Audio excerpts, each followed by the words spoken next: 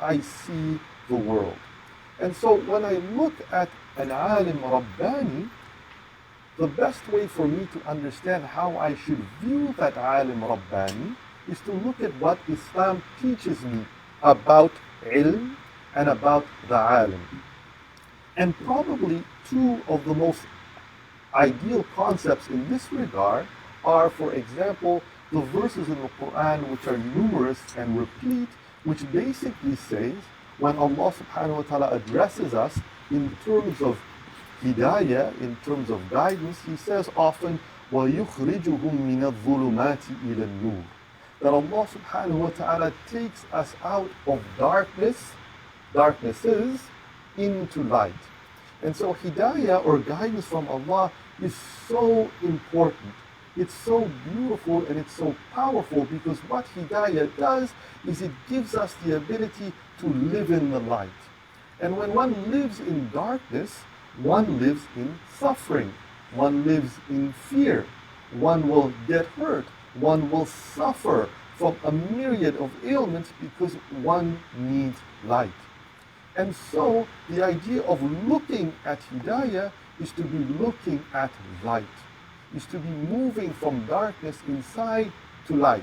And also, one of the other statements that's of great import in terms of whenever we look at an alim Rabbani is the statement of Rasulullah sallallahu alayhi wasallam, where he says, إِنَّ الْعُلَمَاء وَرَثَةُ الْأَنْبِيَاء, that indeed the ulama are the inheritors of the prophets. And so in this statement, we begin to understand that the ulama that are in our history, they are the inheritors of Rasulullah sallallahu alayhi wasallam. And therefore, when I see ilm, when I see the ulama, the feelings that I should have inside of me is what? Here is someone to take me out of darkness. Here is someone to bring me into light. Here is someone who is attempting to pass on to me the inheritance of Rasulullah sallallahu alayhi wasallam, and what a mighty inheritance that is. What a beautiful inheritance that is. And so the question that I should ask myself is, as I heard that beautiful introduction, what is it that was inside of me? Was it a state of ta'zeem of this noble, reverent scholar? Was it a state of veneration for him? Was it a state of shukr to Allah subhanahu wa ta'ala that He gave us someone the likes of Imam Ghazali? Was in my heart bubbling hamd and shukr and praise to Allah that, oh subhanallah, what a gift that you sent me and has reached me, someone to take me out of darkness into light. This is how we can sort of say, begin to feel who we are inside. I wanted to initially start this short discourse with a bit of something that would have sounded like clickbait. I wanted to say that today with Imam Ghazali, you're going to experience the unseen. And that, as a very bold statement, probably one that Imam Ghazali would frown upon deeply in the sense of his view on mukashafat and other things.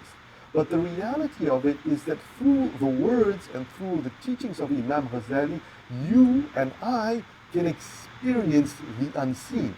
And what I mean by that specifically is you can experience and feel who you truly are.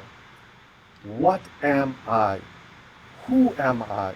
When I look in the mirror, who is it that is looking out through these eyes? And if I were to give them a form, what would that form be? Would that form be hasad? Would it be bukhl? Would it be ghadab? Would it be anger? Would it be envy? Would that form be karam? Would it be sakha? Would it be shaja'a? Would it be mahabba? Would it be all things beautiful? Because the internal form is truly what matters.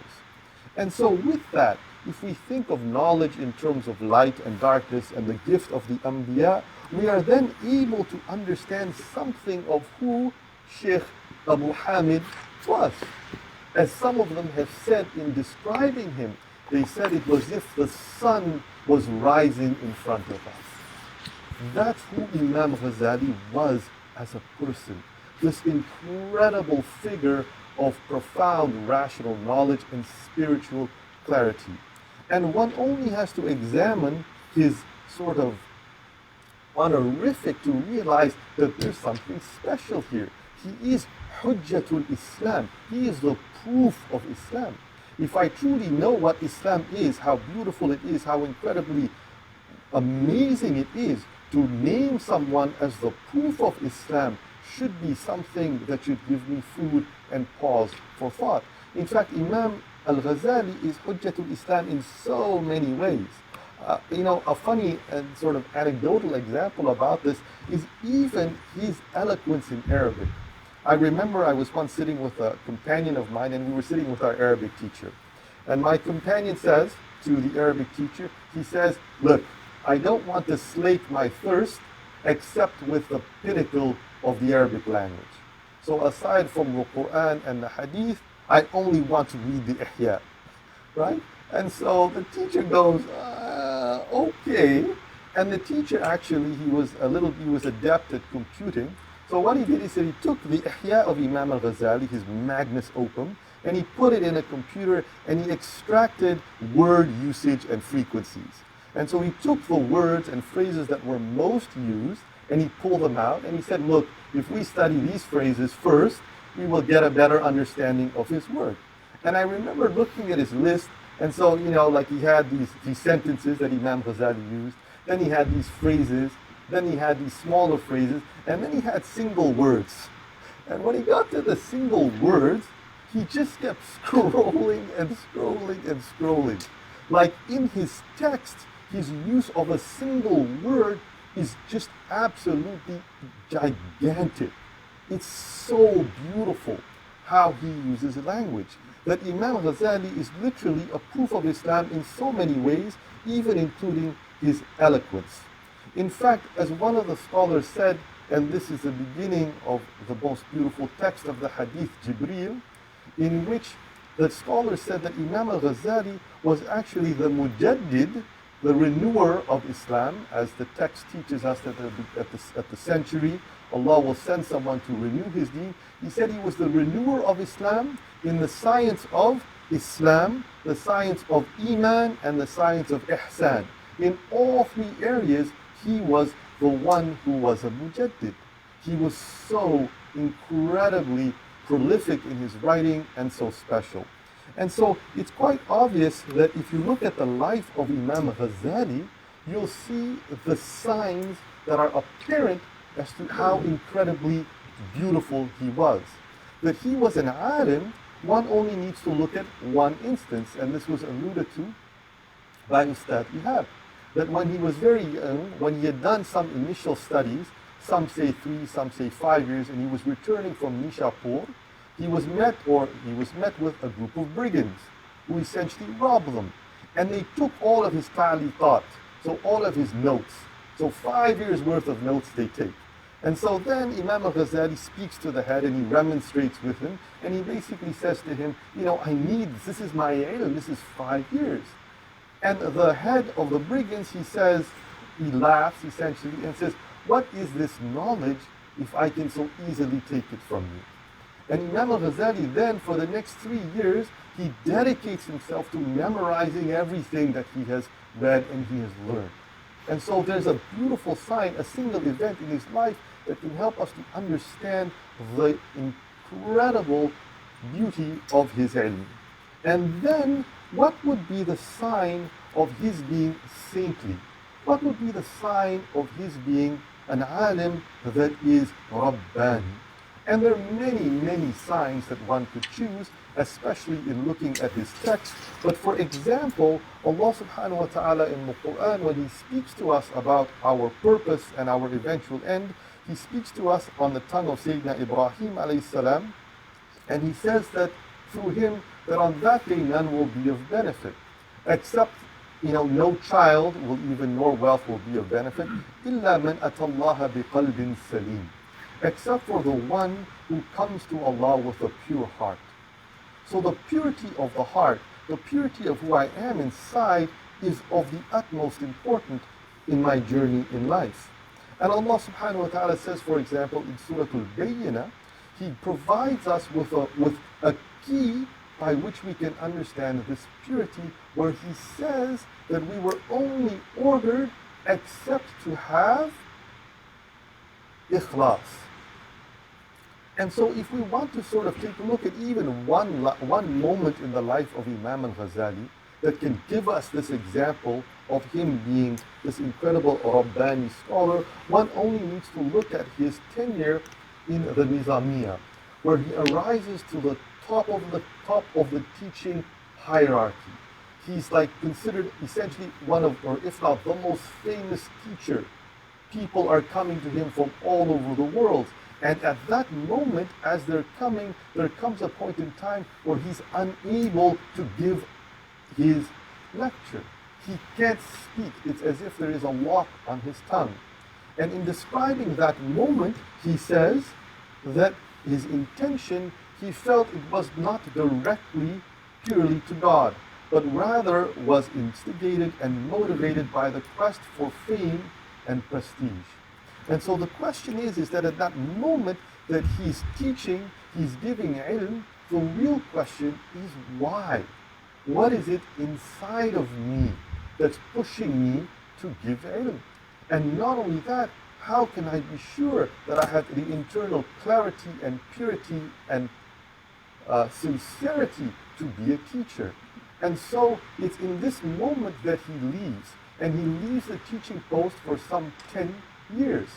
And he travels and he learns and he grows. And it's all of this quest to essentially purify himself. And so this idea of Imam Ghazali is so important because it speaks to who am I inside? Who is he? And what is making those decisions? And how can I go about this element of purifying myself? And this essential map for purification can be found none other than in his Ihya, the revival of the Islamic sciences.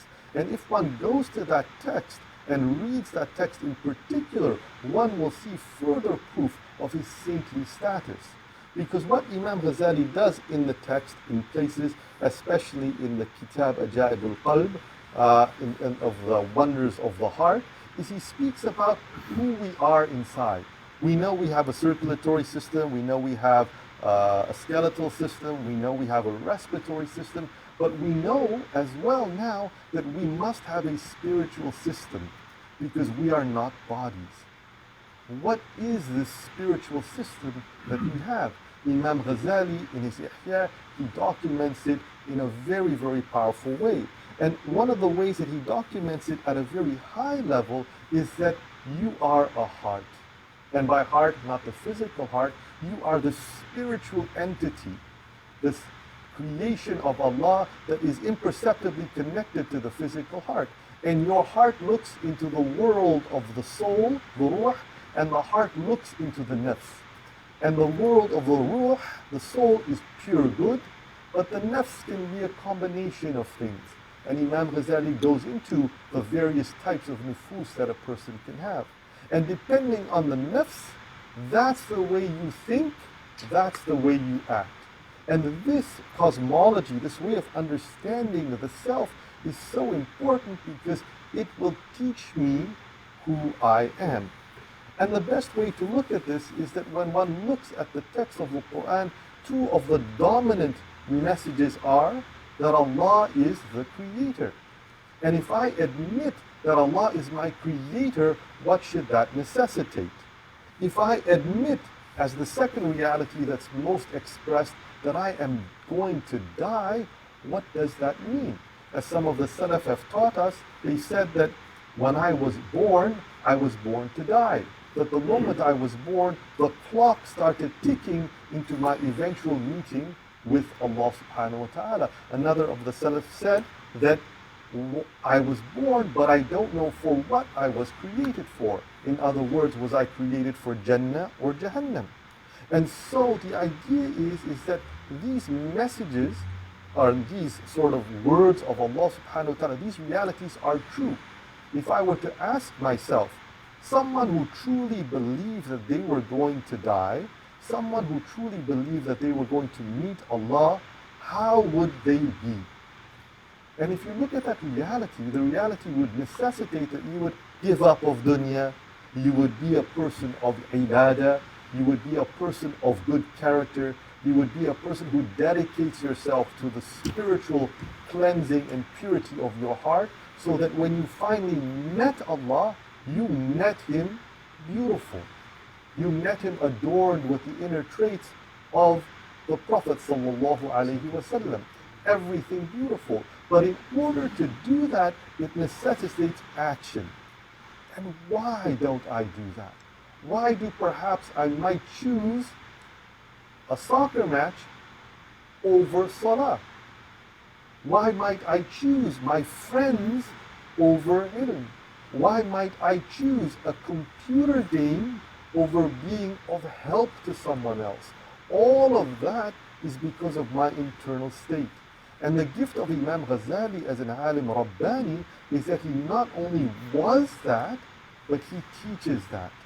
And in essence, in the Ihya, if you look at it at its highest, most simplistic level, what he provides us is this: that the path to purify myself so that I can see the world as it should be and live the life that I should be is a process of going from ilm to tawbah to mujahada.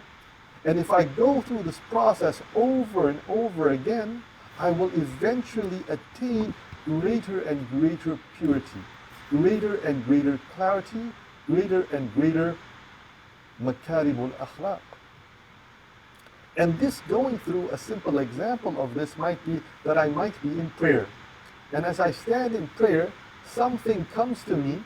Let's say, what? What's the score on the game?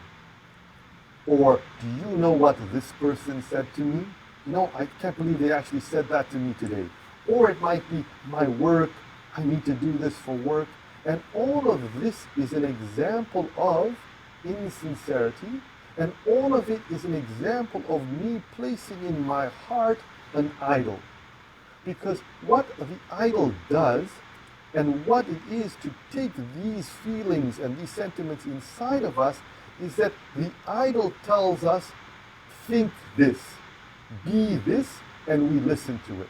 So if in my heart, as I enter into salah, there is this constant thing of, this person did this to me today, why did they do this to me? Or it's in my heart, what's the soccer game? I wonder what the score is. What it is in essence, it's as if they're commanding me and they've become my Lord. And so Imam al-Ghazali, he speaks about this journey of purity and of purification. And he does it in such incredible ways that he speaks about it in depth. He goes into the details of it, such that what are the elements of tawbah, the elements of mujahada. And then he goes into further more detail, where when he speaks about mujahada, he speaks about its components. How does one work at purifying oneself?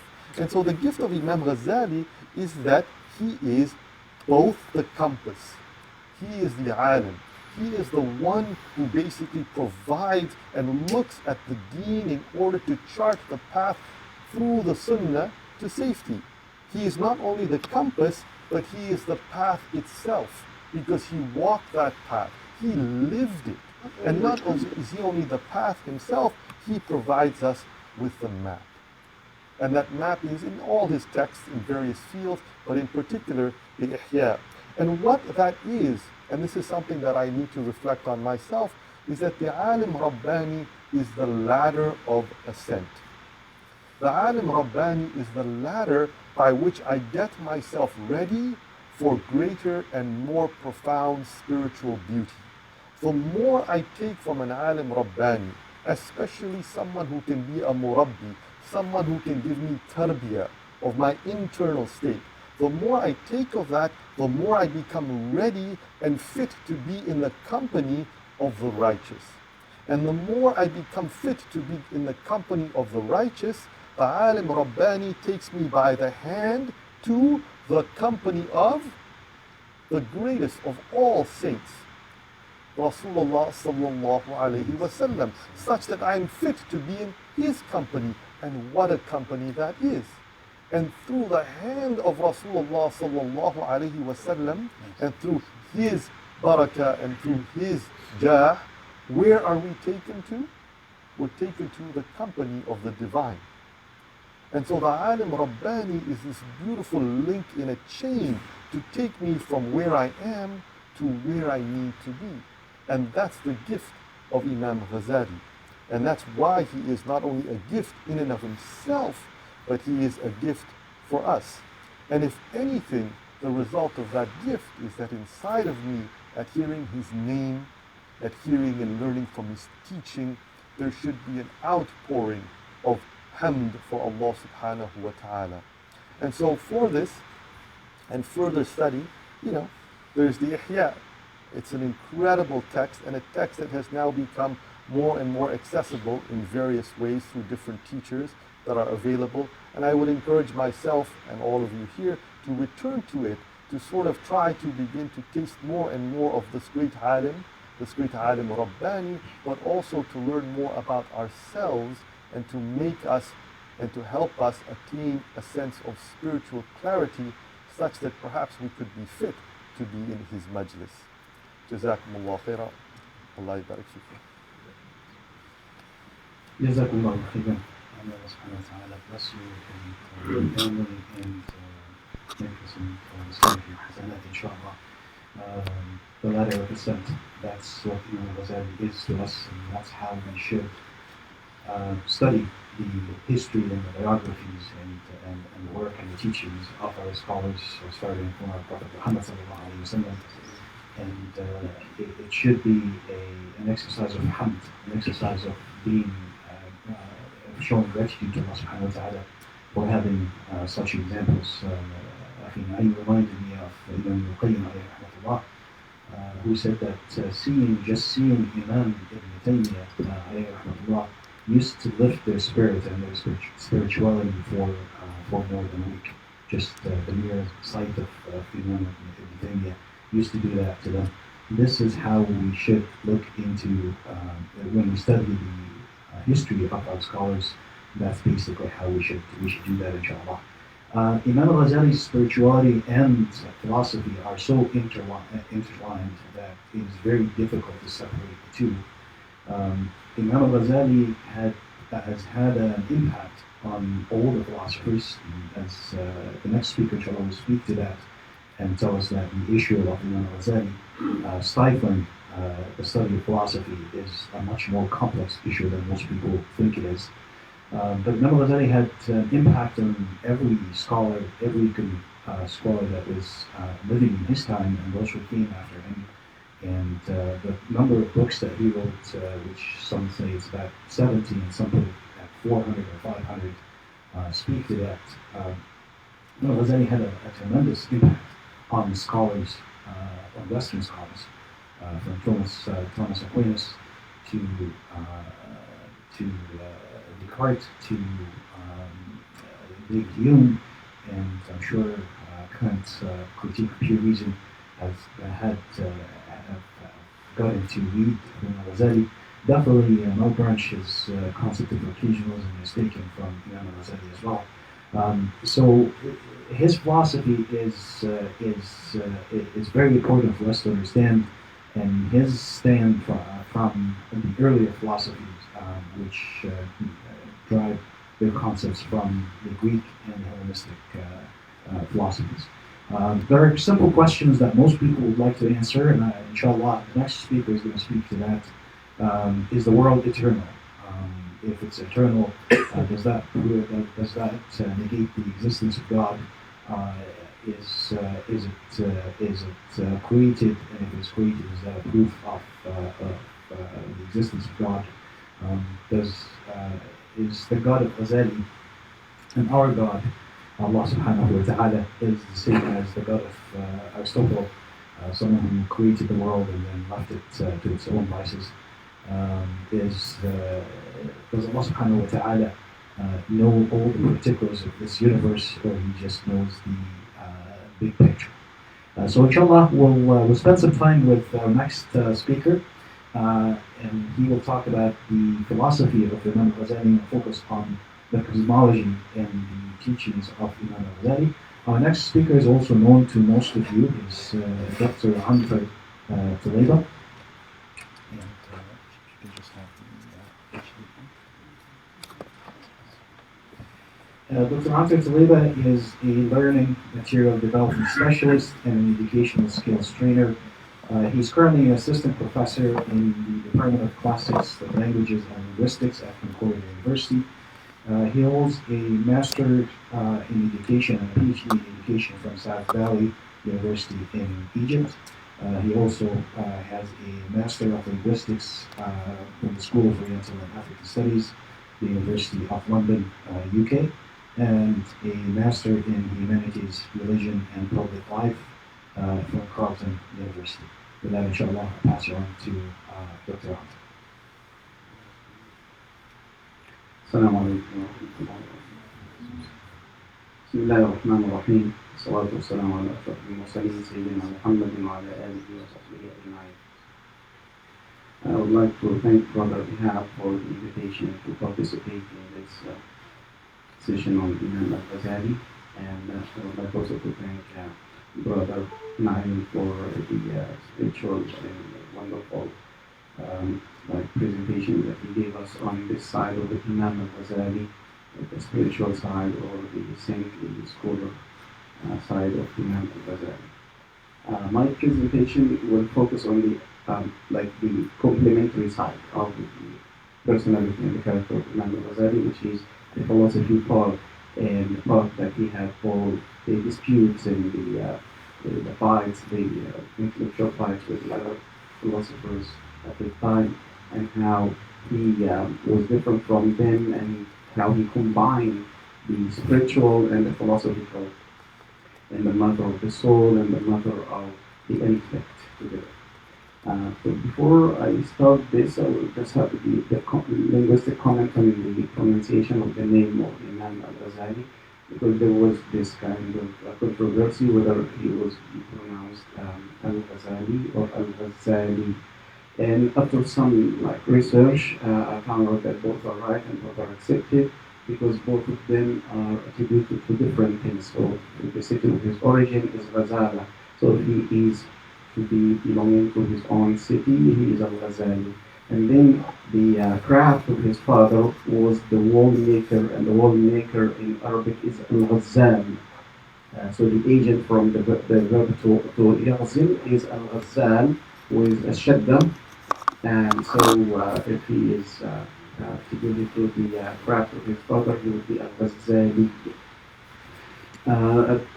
Scholars of Al-Azhar in Egypt agreed to call him just by his town, so Al-Ghazali is the common place word that is used mostly in the Mashriq. I will first look at this book, which was published in 2014.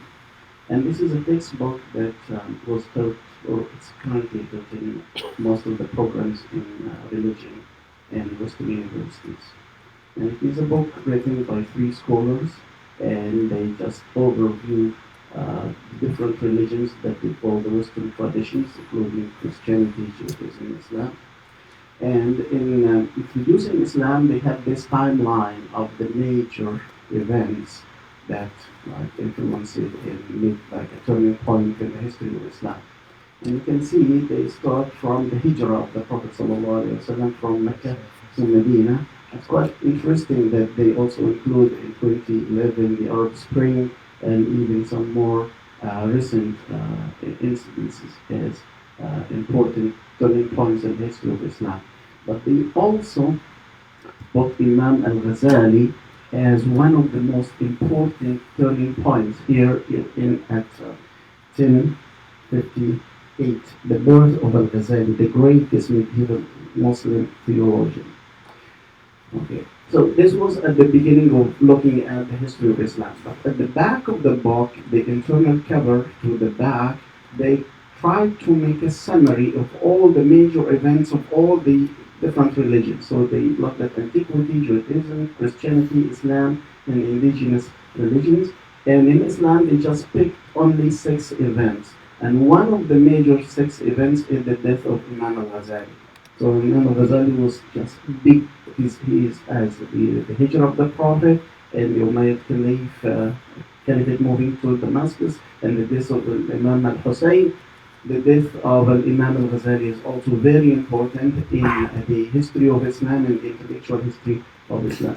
So this is by people who are mostly not Muslims, are not like about religion, they are not theologians, they are just making a review and looking at what have the influence on the history of thought and the intellectual history in the world. So this is just a point to look at how the legacy of Imam al-Ghazali is still till today quite important to study and review and have to hold discussions on. So for the memoir of where Imam al-Ghazali was born and his journey, I think that Brother Ihab has covered part of that, so I will not comment on this. I will go directly to the deliver from error, or the deliverance from error. Because this spiritual crisis, in fact, was kind of a result of his debates with the philosophers and with the Batiniya and with the other different sects at his time. So his method in refuting the others and responding to them was to read their books and to study their method of thought, till he covers every point in them, and he says, till I become more knowledgeable than the most knowledgeable of them. So he becomes like the reference for this group, and then he can figure out where they have the mistakes, where they have their errors, and after that he can refute their stance and their positions, and he can respond to them. So what happened is that he kind of beat all of the philosophers who had this debate with him, and the Batiniya and the different sects, but then he had this spiritual crisis of thinking, what if I was wrong? What if what I perceive is not the reality? Whether my mind is deceiving me or not? Whether I perceive of the reality of things or not? And he began by having this question with himself that he mentioned in Al-Muntazim al-Dawad, or the deliver from error, saying that if I look at the epistemology, the knowledge that I receive that mainly from the senses. But the senses can be deceiving. And one of the most powerful senses is sight. And I know that my sight can sometimes be deceiving, that I see the planet or the sun is smaller than a dinar, but I know that it is bigger than that. So how can I rely on certainty to come from senses? So he kind of lost all hope and all belief in the senses. Then he said, okay, then it is the reason, it is the mind that guides me. But then who told me about the fallacy of the senses? It was the reason. Why? I mean, he made this assumption. If there is something behind the reason that is also deceiving me to make me believe in the intellect only. So he also said that then my mind or the reason will not be the only way to understand things. Sometimes it can have fallacies, sometimes it will lead me to misconceptions. So he also left reason. But then he was left with nothing. And that's why he had that kind of crisis. He said that the only way to reach the reality and the certainty will be through the nur, through the light that Allah subhanahu wa ta'ala can throw into the hearts of his slaves and his servants. So he had that seclusion for some time. People say that it was 2 years, and other sources say that it was 10 years thinking about this and developing that. And he then restored his faith in the brain, in the mind, in the intellect, because he said that even if I have this doubt in everything, I will not have the doubt in the basic and the necessary knowledge, the necessary pieces of knowledge that every human being knows by fitrah. And he means by this the laws, the necessary laws of the mind, like causality, that everything has a cause, that there is a cause. And this, in fact, was like the fetus or the beginning point for his theory in cosmology, that in anything in this world that has got a beginning has got a cause. There must be a cause to that. And then he began to think again about the other load, the other necessary types of information and knowledge that everyone needs. And when he restored his faith in his intellect and then the faith in also in the senses after that, he began to think about the stance of the different philosophers. And following his method of refutation by reading what about them and their own different positions and stance, he wrote his first book, which is Maqasid al-Falasifa, or the aim of the philosophers.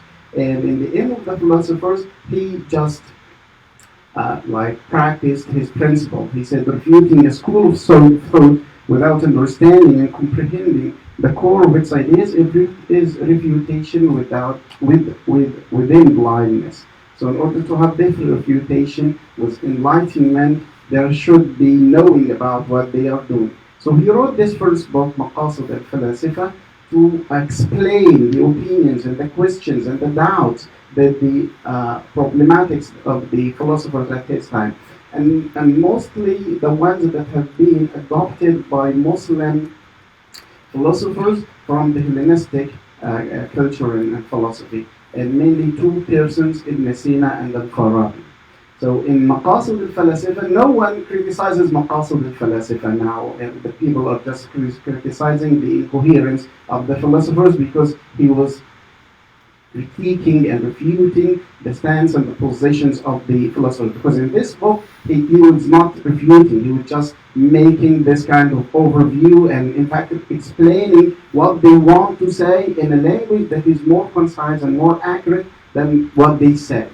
And in his time, because people were not accustomed to philosophy and listening to the philosophical expressions, they found it kind of problematic to respond to the people at that time. So he made it, I don't say easy, but at least made accessible and explainable so that when you read that, you can understand what they mean by their different stances. Then the biggest book in the philosophical career of Al-Ghazali was the incoherence of the philosophers and was the natural result of his first book on Maqasid al-Falasifa. So after he made to us clear all the aims of the philosophers and the different stances and positions that they held, he began to refute and to show where they had some errors and to respond to these errors. And he is not an enemy of philosophy, and he is not opposing with everything they said. In fact, he makes it clear that philosophy at his time had 6 fields: mathematics, logic, physics, politics, ethics, and metaphysics, or divinity. And he said that only with the metaphysics they have the errors. So the 5 other areas of philosophy at his time, he just agreed to that. And especially with mathematics, he said that this is an area that has good burhan, which is like self-evident proof for that, and that cannot be deniable by the mind. So he said that all of their errors were in the divinity part or in the metaphysics. And the problem with studying logic and physics and mathematics was that the people, the Arab people and the Muslim people, because they were not accustomed to familiar with the philosophical terms, they would be fascinated by the discoveries and the results and these sciences, and then this may lead them to believe that the philosophers in every other field. So they will follow them, and they followed them with mathematics, and they found that what they said was quite true and acceptable in the mind. They will also accept their stand in the metaphysics. He also said, and the other way is not accepted either. So for the people who deny every part of philosophy, and every study of philosophy and say, do not study mathematics or logic or physics. We do not need to come to the discourse of the philosophers at all. He said this is also like a seemingly friend of Islam, but he's making more harm than good to Islam. Because when people look at the results of mathematics and physics and logic and find that they are wonderful, they will think that Islam is an enemy of knowledge or an enemy of science. And so both stands are not acceptable. To stand to accept everything by like this fascination, or the stand to reject everything. And in fact, this is kind of the a manifestation of the Quranic ayah, and تحكموا بالعدل. So Imam al-Ghazali was practicing this kind of adl and justice, doing justice to the people that he is writing about. So he said that the majority of their errors, aqaliyat of al-falasifa and metaphysics, they are unable to fulfill the demonstration or the Quran for what they set out in the field of metaphysics. Now, some people would say that he declared that the philosophers were disbelievers or kafirin or infidels, and that's why he was an enemy of philosophy. And the fact is that he said no. He said in his incoherence of the philosophers, he had 20 issues or 20 questions. And he said 17 of them will not make them, will not nullify their religion or their belief in God, but will give them like people who have heresies or have doubts that are not following the Sharia, are not following the religion. And 3 of these issues are to get them out of the religion of Islam, because for these 3 things there are clear, distinct ayahs and verses in the Quran that say otherwise. So he said, if someone asks, now we have discussed in detail in the teachings of these philosophers, so do you think that they are having like unbelief or kufr, and based on being kafir they may be killed? He said, only in 3 questions. One of them is the question's pre-eternity, saying that the world is pre-eternal. And this means that the world has no beginning. Pre-eternal means that it does not have a beginning. And if they say that it is pre-eternal, this means that it is like God who created everything. Allah is pre-eternal and awwalu bila intiha. So the universe is also existing with God and not like God created the universe. So this is pure kufr, because this is against the religion of Islam and the belief in Islam and the verses in the Quran, Allahu khaliqu kulli shay'in wa huwa ala kulli shay'in qadir, and the different verses and different ayahs. So this was the first issue, that the world is pre-eternal and the substance of all pre-eternal. The second issue is that God's knowledge does not encompass the temporarily created particulars among individuals. So they said that God created the world, so he did not respond or did not refute the people who say that there is no God. He said that these do not deserve to be like talked to or discussed. We'll be just discussing the philosophers who like affirm the existence of a God who created the universe, but now made these errors. So he said that they said that God created the universe, but then left it, and so he knows only the big like pieces of knowledge, but not the details for each of the individual or the particulars with each of the particulars. And in the Quran, in the Wahy, the revelation makes it very clear that Allahu khalaqakum wa ma ta'malun. Allah created you and created your actions and created everything. وَيَعْلَمُ مَا لَا تَعْلَمُونَ. He knows everything. He knows what you know and what you do not know.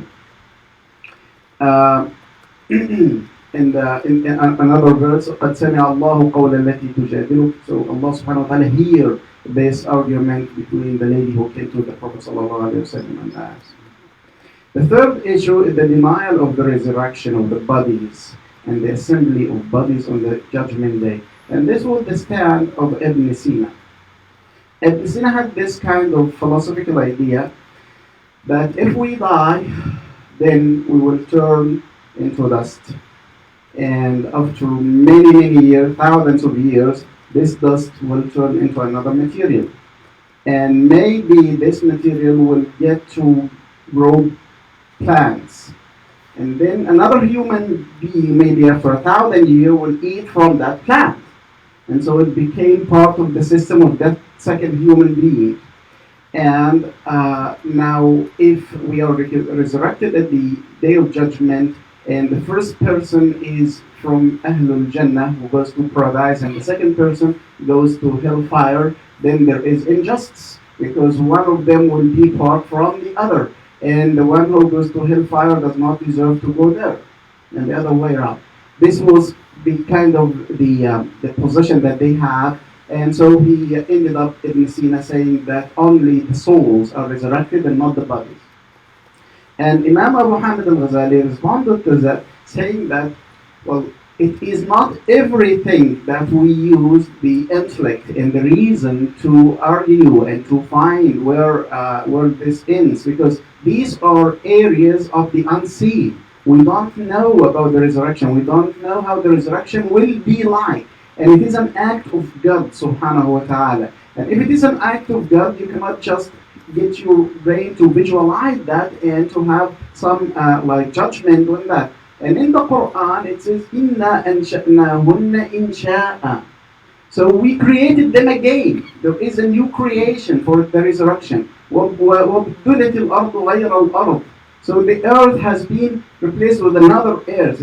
There is a change. And in the hadith, يُبْعَثُ النَّاسُ عَلَى هَيْئَةِ يُوسُف وَعَلَى عُمْرِ عِيسَى وَعَلَى طُولِ آدَمَ. So there is change that is happening. It is not just as you think in this dunya. And Imam al-Ghazali, now, by answering this, also laid out the epistemological resources in Islam.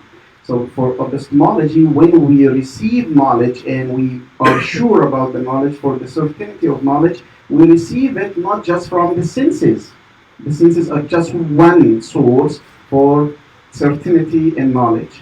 The other source is reason, thinking about the thing. But then there is a third one. And this third one is the revelation, the wahy that Allah subhanahu wa ta'ala sent to the Prophet. And how do we become sure about this? This is testimony. And testimonial has been rejected by many philosophers that it can have like lying and uncertainty and inaccuracy. But we have our reason that tells us that the Prophet ﷺ did not commit a single lie in his life.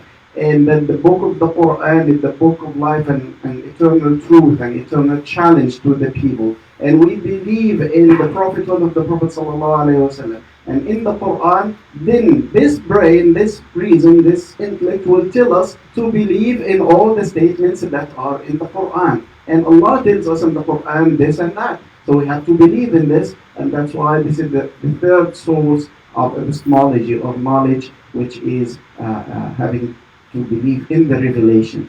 Imam Ibn Taymiyyah later will show that there is no contradiction between what is in the book of Allah subhanahu wa ta'ala and what is in the universe, because in fact both of them are sent when the universe is created by Allah subhanahu wa ta'ala. وَمَا خَلَقْنَا السَّمَاوَاتِ وَالْأَرْضَ إِلَّا بِالْحَقِّ. So we created the heavens and the earth with truth. And in the Quran, إِنَّا أَنزَلْنَاهُ بِالْحَقِّ. So this book was revealed also with truth. So the truth comes from the same source, which is Allah subhanahu wa ta'ala, and the truth in the book cannot contradict the truth in the seen book, which is the universe. And that's why Imam al-Ghazali replied to all of these like errors in his book. But he replied in a harsh way that because they were like Islamic, they were like philosophers, Muslim philosophers, he found that it was grave just to think, to follow Aristotle in the Hellenistic culture and the Hellenistic philosophy, and to leave the clear signs and the clear ayahs in the Quran, and to follow the example of the philosophy only in this. So for the cosmology part, the cosmological argument that Imam al-Ghazali laid out, he said that everything that begins to exist has a cause. لكل حادث محدث. And the universe began to exist. The universe has a beginning, and he made a very long argument on the contingency of the universe, that it began, it has a beginning, it is not pre-eternal. And if it began to exist, then the universe has a cause. There should be a cause that started this universe. And there is this chain of questioning when you ask who created this, that who started this, that who started that. It's a chain that goes on and on endlessly. So you have to stop at a point. The human reason will ask you to stop at a point. There should be a beginning. And this beginning should be an absolute beginning that does not have a beginning before it. And this is the beginning of Allah subhanahu wa ta'ala. أول بلا ابتداء. He is pre-eternal without a beginning. And he is also a post-eternal without an end. وَأَنَّ إِلَىٰ رَبِّكَ الْمُنْتَهَى. So to your Lord is the end. And the end of your thinking. And when the Prophet ﷺ was asked, يأتي الشيطان أحدكم فيقول من خلق هذا من خلق هذا حتى يقول فمن خلق ربك فإذا قال هذا فليستعذ بالله ولينتهي. The shaitan, the devil will come to you and ask you who created this, who created that, till they ask, he says, who created God? When he reaches this, then say, I seek refuge in Allah subhanahu wa ta'ala from the devil, and stop. And stop this thought, and stop doesn't mean stop thinking, doesn't mean stop questioning. It means you have reached the answer. So stop the chain. This is the end of the chain. You have to stop here. It should have a point to stop at.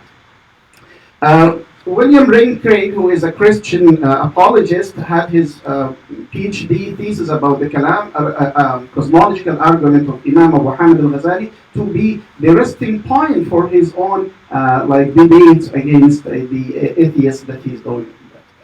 So one important idea is the reception of the incoherence of the philosophers and the dispute between Imam Abu Hamid and Ibn Rushd. So Ibn Rushd wrote the other book, The Incoherence of the Incoherence. And in replying back to Imam al-Ghazali, in fact, he did not refute any of his replies. In fact, he just agreed with him at the end result.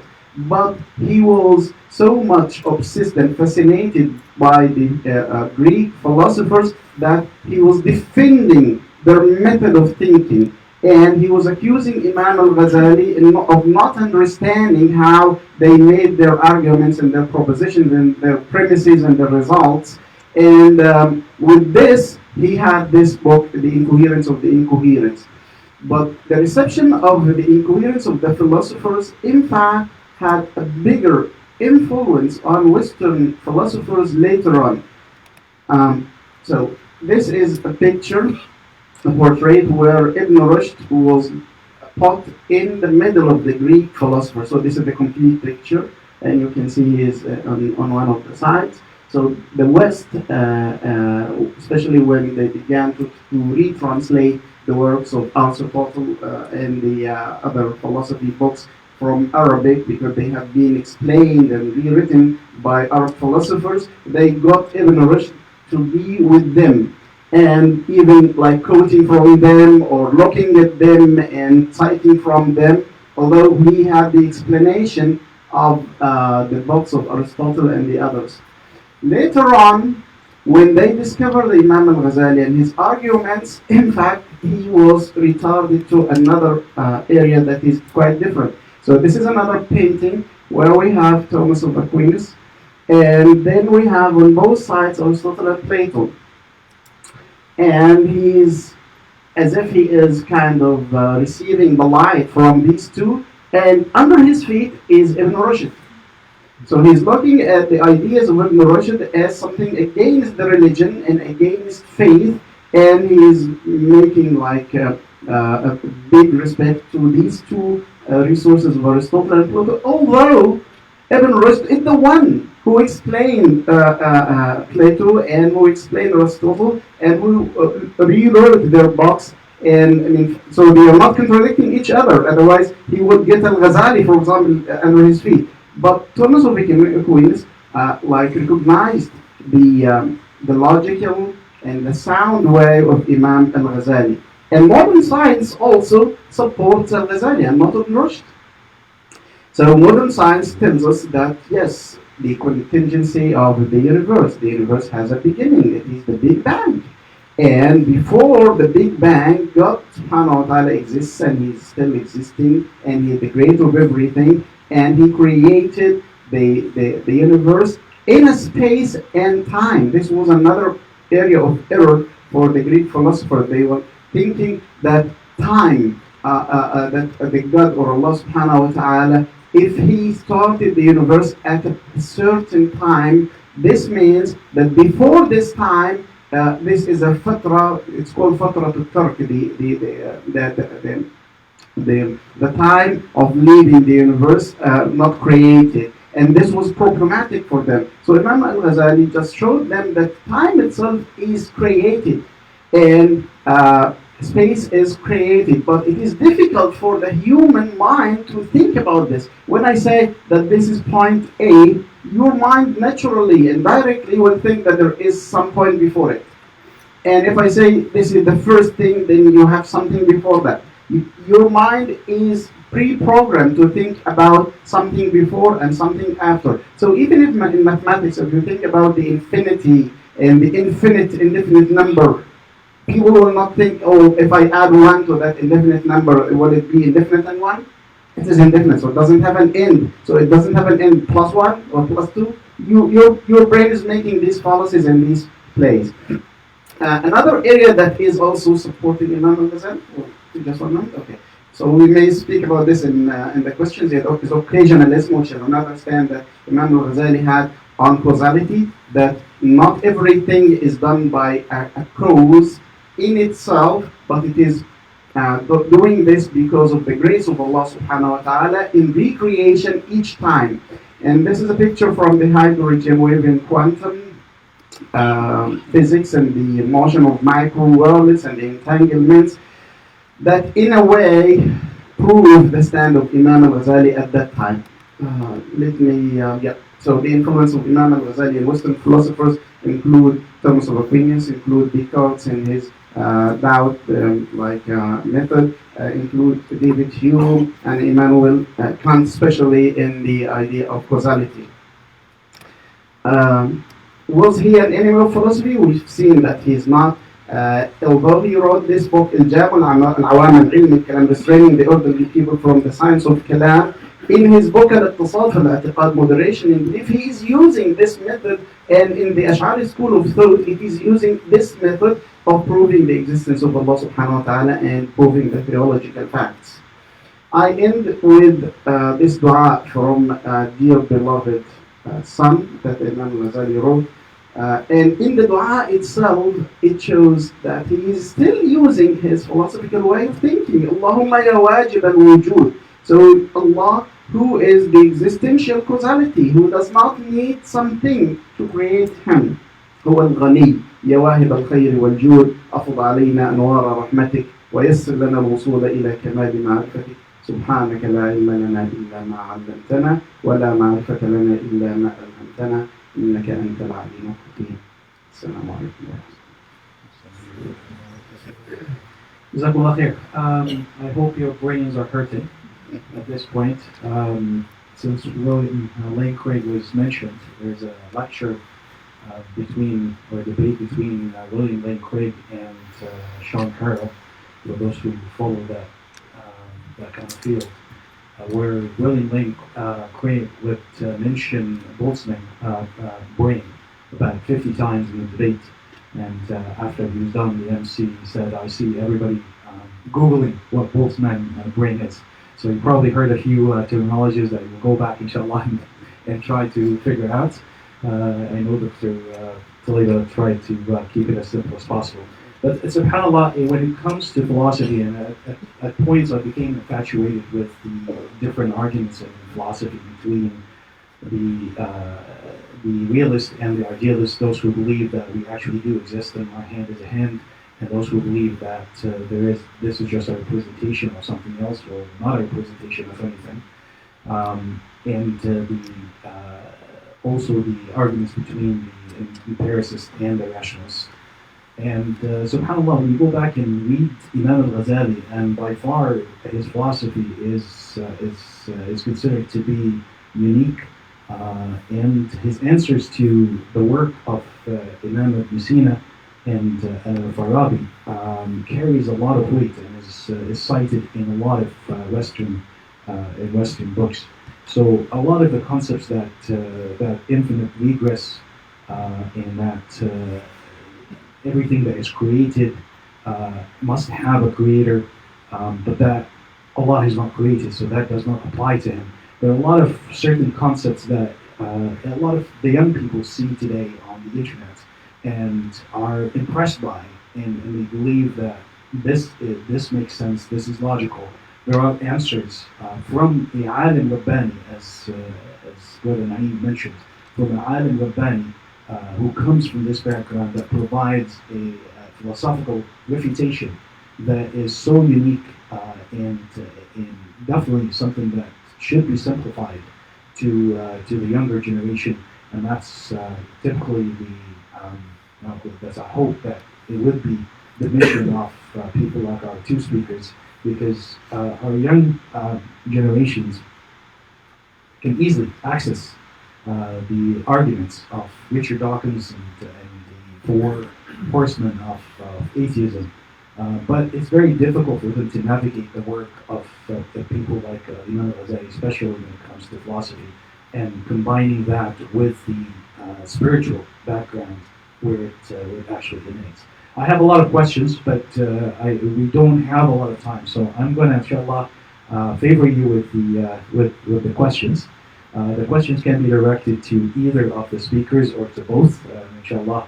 Hopefully, I know there are a lot that they didn't get the time to speak about, so hopefully, inshallah, we'll cover that in the Q&A. So feel free, inshallah, to raise your hand. There's another mic there that should be working. It's a large mic, or we can pass this mic around, inshallah. So go ahead and ask questions about the ladder of ascent, or about the philosophy and the cosmology of Imam al-Ghazali. And if you don't, I'll take questions.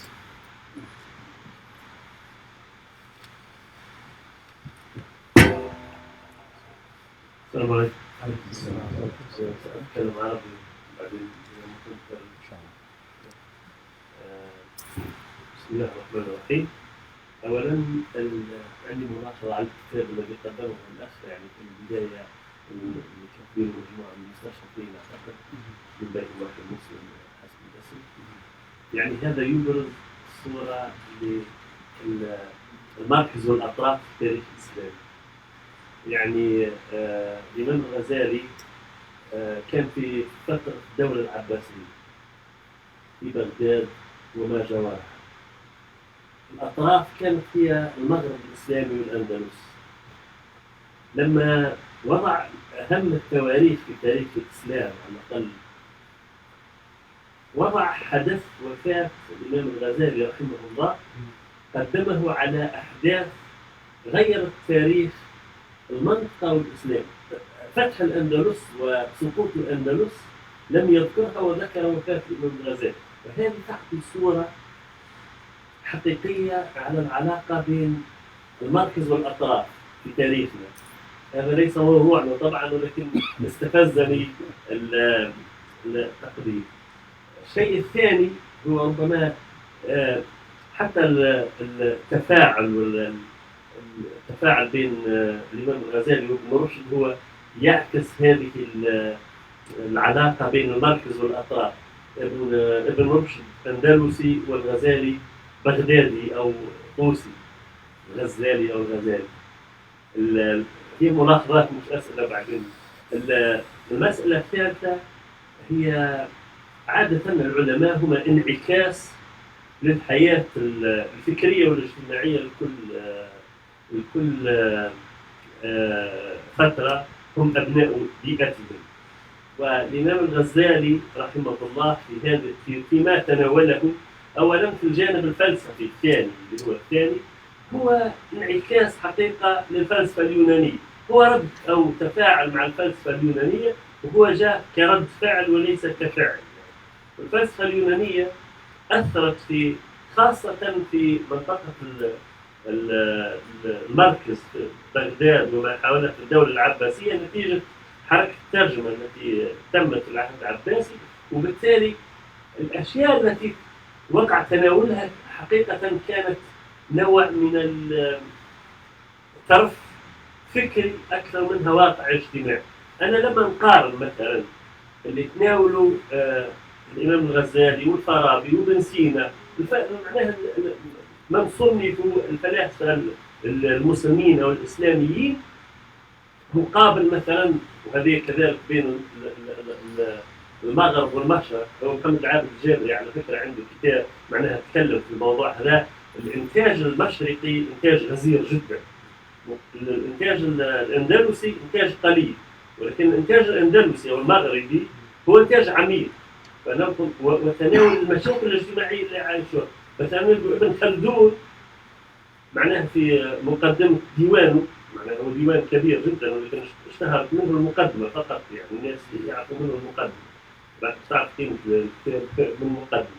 فابن خلدون مثلا تناول المسألة الاجتماعية، معناها المجتمع، لذلك سمي بمؤسس علم الاجتماع لأنه تناول المجتمعات كيف تنمو، كيف تتطور، كيف تسقط، والدولة كيف تبرز ثم كيف تسقط كذا، اللي هي كانت حالة معيشة في المنطقة اللي عاشها. الشاطبي مثلا في المقاصد معناها تناول موضوع كان هو التقعيد الفقه الإسلامي. التقعيد يعني بمعنى وضع قواعد وأسس مسطرة تناول، بينما المشرق تناول أكثر المسائل الفلسفية اللي هي مثل ما قلت تبرز كأنها ترف أكثر منها معالجة. نعم. عفوا. يعني أوجز عشان لا المعذرة. الموضوع الآخر هي في الإمام الغزالي، النقطة اللي أشارتها أخونا سالولي، هي الجانب الروحي اللي يتناول، وهو الخلاص، تحس خلاص فردي وليس معالجة للمجتمع، إلا إذا كان المجتمع كان فعلا يعاني أزمة روحية عميقة في الوقت ذاك، وبالتالي الإمام الغزالي تناول هذا الموضوع. معذرة على الإطالة. Okay, so inshallah I'll translate. I don't necessarily agree with what the speakers are saying, and sometimes I actually disagree, but I'm not going to put myself in that position and speak. I'll let them comment on that. That gives you a hint that I disagree with some point. Okay, so the first is a comment on the book that was presented. It's a book by Orientalist. One of them is a Muslim.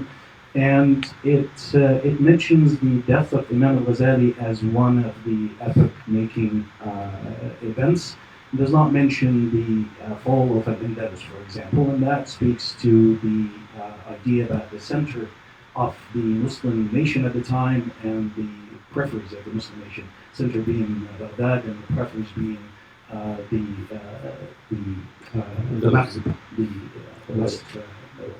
west side of the Muslim nation at the time. And he cited Muhammad Ali al-Jabri, who talks about the difference between the production, the literary production or intellectual production of the East compared to the West. I'm not going to comment on that. I have my opinion. So this was one point. The second point was. That is the last point. So the second point was about those philosophers or scholars. They are a mirror of this. Yeah. So, mashallah. So I don't know why I'm translating. So the second point was about the debate between Ghazali and Ibn Rushd, which basically mirrors the situation and the intellectual exchange between the different times and different schools. The last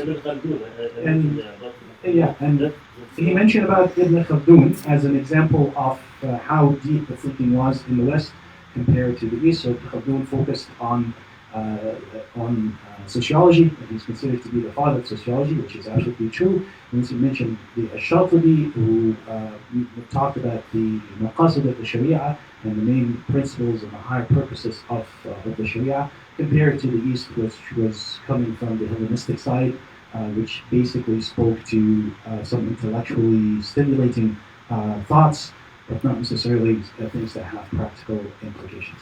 There was a point about the Ghazali's concept of tazkiyah or khalwa, and it was more or less about personal salvation, not about saving the society that he lived in. So I'll leave it, inshallah. He said I'm not a speaker, so I'll leave it to the speaker, inshallah, to comment on this, inshallah. Whoever wants to take it. We'll start with the last one, so I think that falls within. بسم الله الرحمن الرحيم الحمد لله والصلاة على رسول الله وعلى آله وصحبه ومن Yes, I'm not sure I fully, I would say, comprehend the comment. Needless to say that, in essence, everything does begin with personal salvation. And it's only when you attain a state of personal salvation that you're able to attain a greater salvation for the community. Allah subhanahu wa ta'ala says in the Quran that He does not change the state of a people until they change what is within themselves. And so, yeah, of course, I think that that's the natural progress and the natural path that one needs to take, is one needs to first change oneself, and then in doing so, they will change the community around them. And that's not to say, and I think this is probably what some modernists and some people that have a very unhealthy criticism of the Tasawwuf will say, that the Sufi sits on his prayer mat and he doesn't do anything else, things like that. One only needs to look at some of the greatest of our ulama, and one will see that they were steeped in tazkiyah or ihsan or tasawwuf, as much as you want to call it. And so I'm not sure exactly about that comment, but I would say yes, of course, it has to begin with the rectification of yourself. That's where you must start. All of us were born alone, and we will die alone, we will be resurrected alone, and we will stand in front of Allah subhanahu wa ta'ala. I'm compelled to say that Imam Ghazali, even though he went into seclusion, at the end of his life he went back to teaching, so that was not the end of Imam Ghazali. He went back to teaching in the Nazariya school. So for him, seclusion was the beginning, not the end. I will comment just on the idea of the West and the East in the Muslim world, or the center and the periphery. So I don't think that there is a conflict between the center and the peripherals. I think that each part of that is just producing knowledge that is suitable to the circumstances that are in the area. And for Imam al-Ghazali, it was not just a matter of looking at tribal matters when dealing with philosophy or something that is not important. In fact, it was a big crisis at his age, because at the time al-Mu'tazila were there following the method of the philosophers in creating their theology. And at the same time, there were also Ahl al-Athar or Ahl al-Hadith who were just rejecting everything about philosophy. And he was following the Ash'ari school, and it was very important to show the errors of the philosophers when it comes to the metaphysics or the divinity part, because now this is part of the Iman of the Ummah and the Iman of the people at that time. So I think Imam al-Ghazali, with his books and his lectures and his legacy, provided like the straight path for Ahl Sunnah wal Jama'ah, who were like the majority of them are the Ash'aris. Any other questions? I have a question for Dr. Alfred, please. You barely touched upon the concept about modern science supporting the European Ghazali in the idea of the Ash'ari school about the recreation of the events. So if you want to explain that a little bit more. Thank you. So, we'll just summarize this part about the causality. So the principle of causality, that everything has got a cause.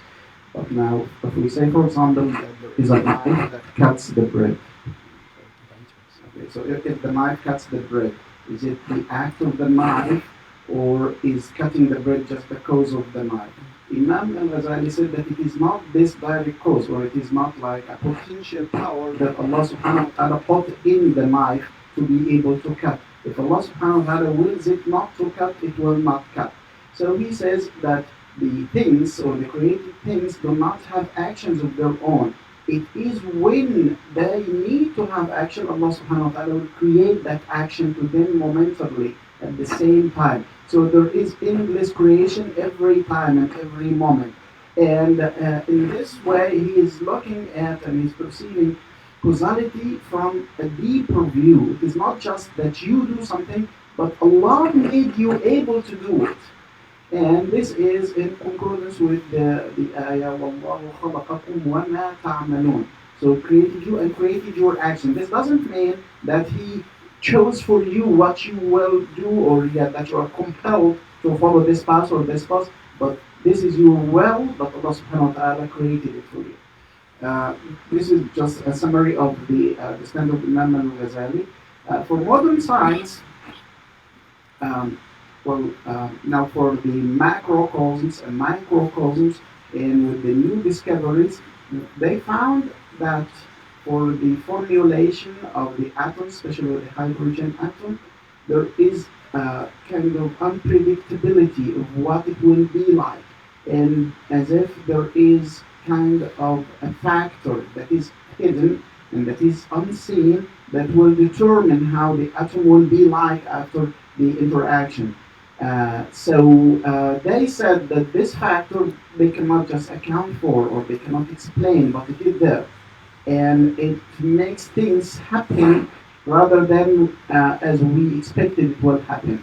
So some people say that this is kind of a proof of the stand of the Ash'ari school and Imam al-Ghazali, that it is Allah subhanahu wa ta'ala who guides everything. وفي القرآن هو الذي أعطى كل شيء خلقه ثم هدى. So everything that was created was then guided by Allah subhanahu wa ta'ala. Just as a quick follow-up, I remember reading Imam Branch's occasions, and I really couldn't understand it until I read it. So I want to make sure that I understand it correctly. When he says that Allah is the cause of everything, we simply provide the occasion for things to happen. So when I move my hand, Allah is moving my hand at that particular moment, not just He said Allah is for the universe for that to happen. And that is, I went back and looked at the Ghazali, and that's more or less what I understood from the Ghazali as well. So I just want to make sure that this is correct. And also the redshift that we now all know from the Hubble telescope, that is a fact. When the planets move away from each other, not from the center but from each other, then we get a redshift, which the light waves are expanded, and we get a redshift, and that is in support of the universe. So this idea of occasionalism, is that commonplace now in science? Is that commonplace in Muslim theology? I cannot just say that it is commonplace. I'm not a specialist in physics and that, but I read what you said. I see just that there are some kind of proofs and evidences from modern science that support the theory and support this stand, because the Ibn Taymiyyah, for example, rejected this idea and thought that causality is that everything that Allah subhanahu wa ta'ala created just made it a potential power in that thing to cause another thing. And that this does not contradict the view of the Muslim that Allah subhanahu wa ta'ala is the cause of everything. And that we do not need to go into occasionalism and say that Allah exists now and every time we do anything. So this was the difference in the stance between the Hanbali school and the Ahl al-Athar wal-Hadith and the Ash'ari. With these advances in knowledge and in science, or the string theory or multiverses, people recall the words of Imam al-Ghazali and try to see if they have an interpretation of that in science. inshallah. You have a question? Ahmed. Assalamu alaikum. This question is for Dr. Andar and Slimani. This is a simple question from my simple mind. When all of us got exposed to different texts of the Ghazali, whether summaries, not the original Arabic, it's difficult, but summaries, commentary, what have you, should we contextualize the practice of Imam Ghazali nowadays to make it fit the waqah, the current, or should we take it as is? And you mentioned seclusion, for example. Does it make sense now? Either, right? I know it's for tradition, it's really unique to him, but should we take what the advices that they've given us to make it through, to make it fit in the 21st century, or not, or take it as is?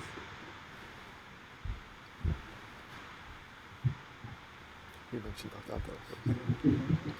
Maybe it was the last week. I think that's a very, mashallah, it's a very beautiful question, because I think that it hints at the fact that someone wants to practice upon the ilm that they're getting. I think that's a very, very important thing. And I would say that for this question, I think the best way to answer that is that the scholarly heritage that we have is one in which we have links in that heritage. And part of what is sometimes used as a blunt instrument against other people is the idea of your sanad or your ijaza. Sometimes we hear this, especially in traditional discourse. Do you have an ijaza? Do you have this? Otherwise I won't accept it from you. And on the other hand, you have this sort of other extreme in which people take and pass on knowledge without the requisite ilm, and in most cases amal that should be in addition to that when they pass it. We should not be taking our ilm from people that don't walk the path ideally, because only in walking the path are they actually able to truly understand the ilm that they have. That's why in Imam Ghazali's cosmology, the heart is above the intellect, right? Reason is but the slave of passion. So this is very important. And so in this topic in particular, I would say in how we contextualize the work of Imam Ghazali practically, there are certain things that are quite universal in terms of that practice. When Imam Ghazali speaks about the munjiyat and the muhrikat, those saving graces and those destroying graces that we must have, that which we must adorn our heart with, and that which we must, we must remove from ourselves, those are universals, and those are ones that we can read and contextualize quite immediately and quite practically. But as for various aspects of Imam Ghazali's teaching, in particular with respect to some of the finer details, for example, like seclusion, the way in which we can best implement that is we find an alim Rabbani who can tell us when those things should mandate. Because in some cases, one could argue, seclusion is good, but if I am a person who is a nafs and I have no real ability to counteract that nafs, is being in seclusion good for me? Probably not. With the ability for me to access the internet and TV and all of that, is being in seclusion good for someone who has a nafs that is unwieldy, that hasn't had the reins of mujahara placed upon it quite severely? Clearly not.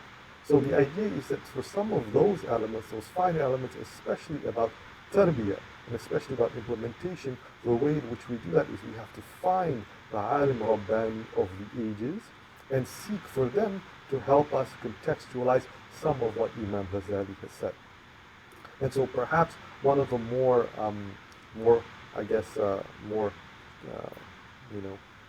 not problematic, but one of the more audacious statements that I would make is that one of the things that should be an open discussion amongst us is that we all need a sheikh of tarbiyah, right? Without a sheikh of tarbiyah, who will we be?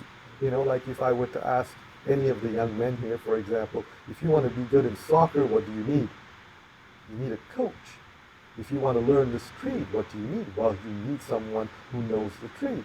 If you want to learn this skill, well, you need to learn it. And if you want to have a heart that is pure and clean and free from ailments of the heart, well, you need a coach of tarbiyah.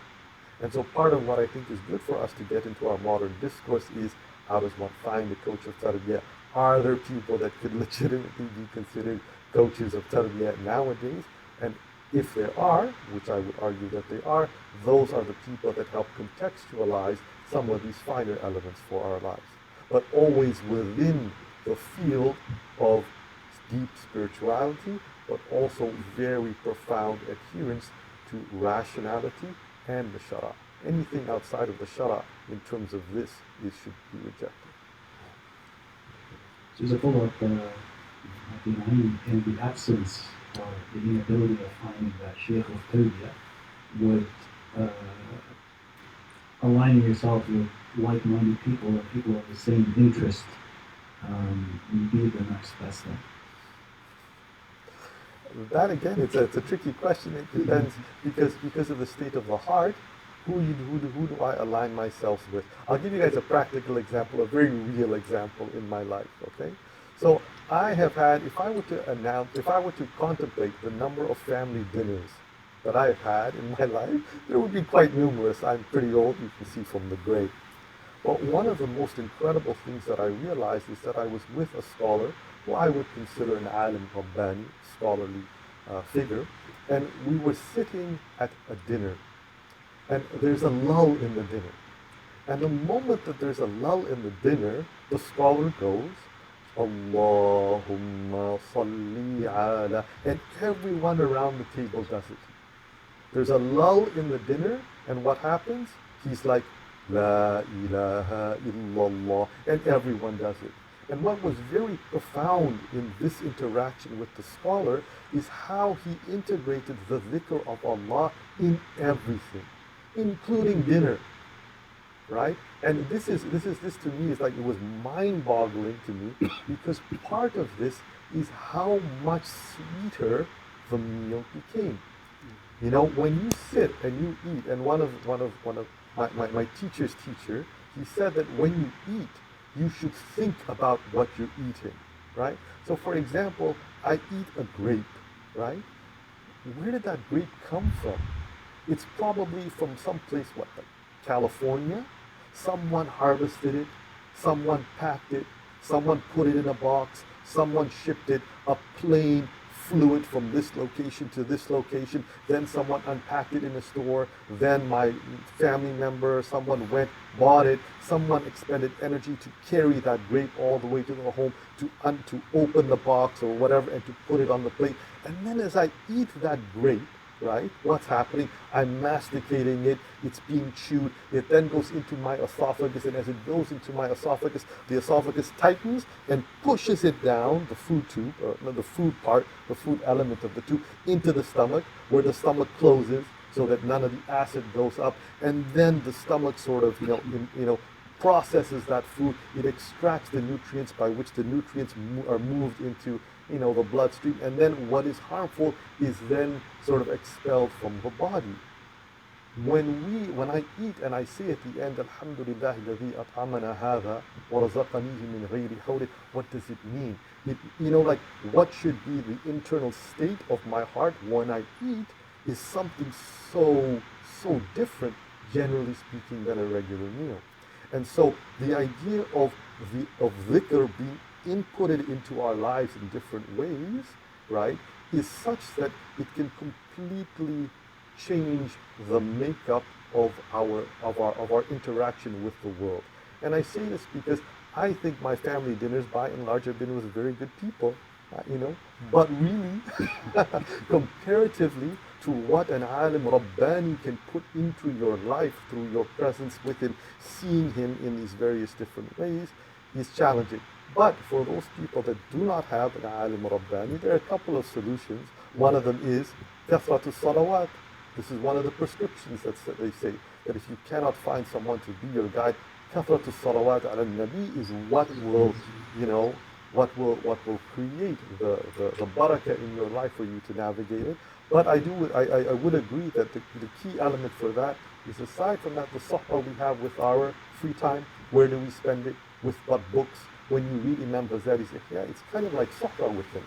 So there's that element, but in addition to that, there has to be the sohbah of people and of good people. But that's a bit tricky because who, for example, my child might say is good, I as a parent might think otherwise. Right? But the alim rabbani, that's the gold standard. So, okay, we have time for one more question. I'm sorry, I know there are a lot of questions. No? Oh, sure, okay. I'll take a question, inshallah, and I'll give him the mic. So, but we have time for one more question. I know there are a lot more questions, inshallah, but that's all the time that we have. So, one more question. Okay. Sisters, I'll give you a preference if you have any questions. No? Okay. Yeah.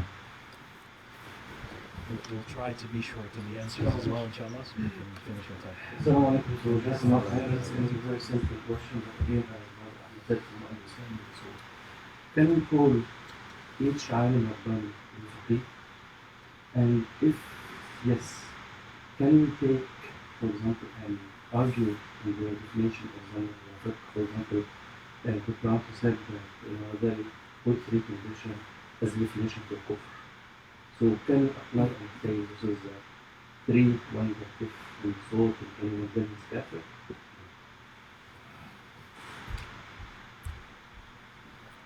Clarification before the answer. My understanding of what Dr. Antar said, and if you could correct me, is that out of the many arguments of the philosophers, there were three that he considered to be kufr, not as a definition of what kufr is. So inshallah, I'll give it to Dr. Antar and then I'll give it to Brother Naim to comment.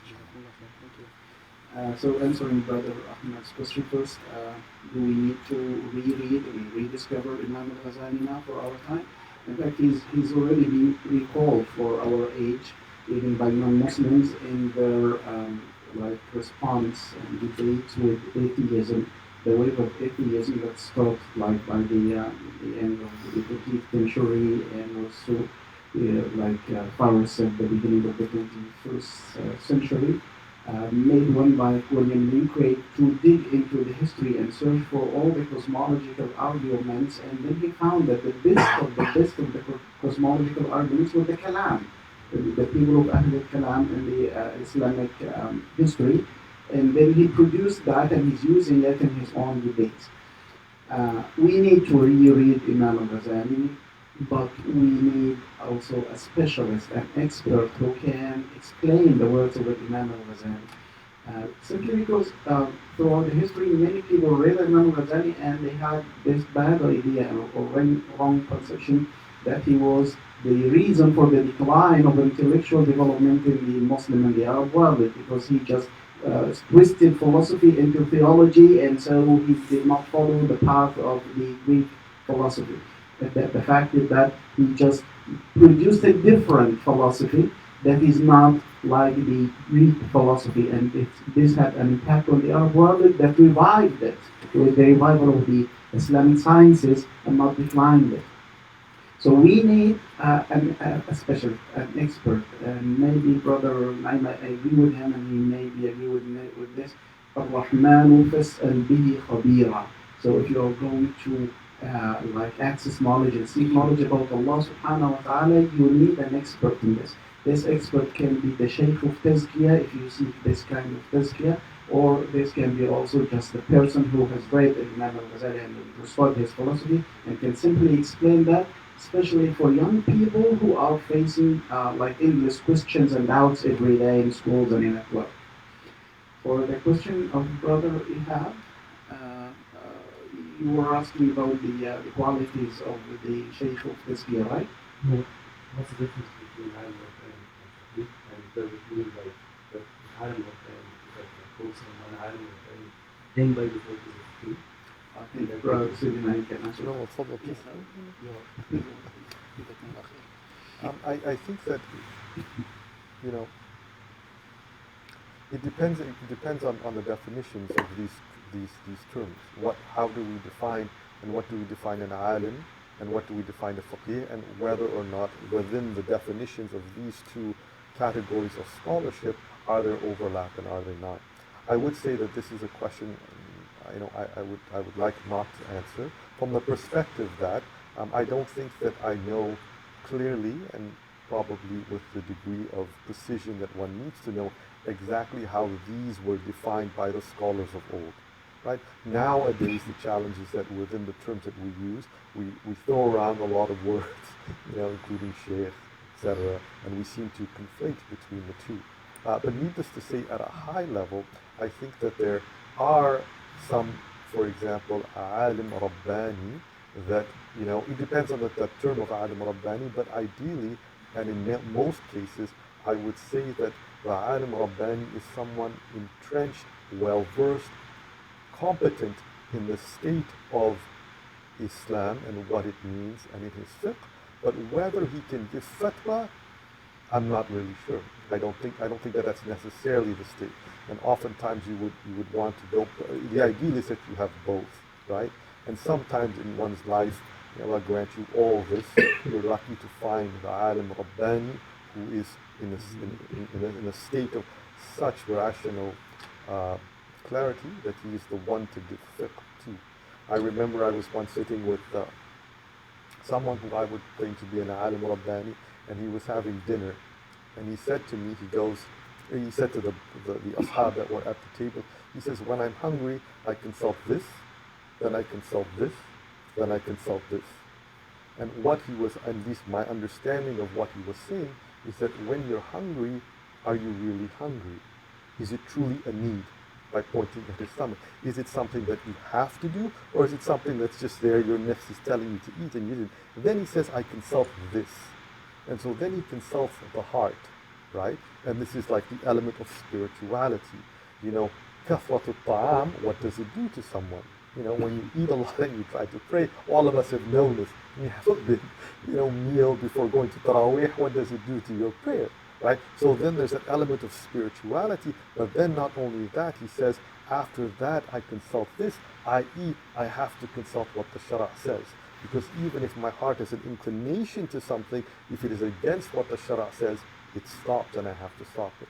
And so ideally, the more complete the alim is, he has competency over all of these states. And I think that there are some people that can give fiqh, but they're not, the spiritual clarity might be not there. There are many people, you go to, for example, in some cases, a Western university who with someone who's a non-Muslim professor, he's speaking about Islam, he might be well versed in some of the fiqh, but you would still not want to take your deen from him, because what you want for your deen is something that comes from the heart. Jazakumullah khair. Jazakumullah khair for being here. I know some of you are dying for a cup of coffee. Ask yourself, what are we going to consult before we get that cup of coffee? Alhamdulillah, Allah has blessed us with the two speakers and being able to get together and to look at Imam al-Ghazali and to consult our heart, which Imam al-Ghazali actually has the most profound definition for the heart, something that I looked at in the Quran, where the heart and the aql are used interchangeably, but when Imam al-Ghazali defines the heart, he defines it as tilka latifatun mudrika, that gentle entity that is conscious, which combines the spirituality and the philosophy and the intellectual part of a human being. So, رحم الله الإمام الغزالي، نسأل الله سبحانه وتعالى أن نقتفي أثره في اتباع سنة محمد صلى الله عليه وسلم.